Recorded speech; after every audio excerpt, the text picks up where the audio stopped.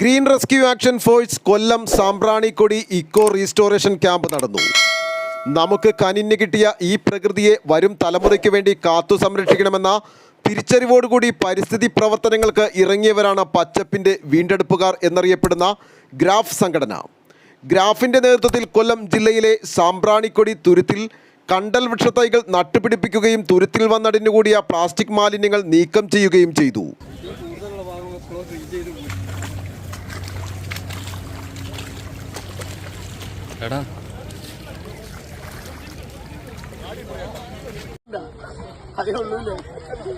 അല്ല അത് ഇഷ്യൂ വന്നാലും അവിടേക്ക് വേണ്ടി വരും.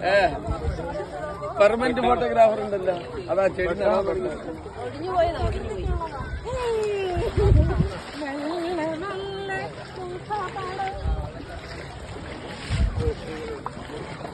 ഞാനിവിടെ ഉണ്ട് കേട്ടോ.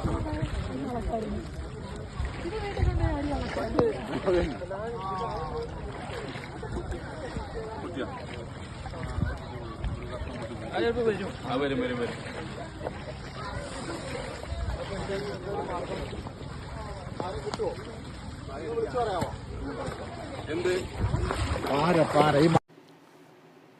സാമ്പ്രാണിക്കൊടി DTPCയുടെ സഹകരണത്തോടുകൂടി 472 കണ്ടൽ വൃക്ഷത്തൈകളാണ് നട്ടുപിടിപ്പിച്ചത്.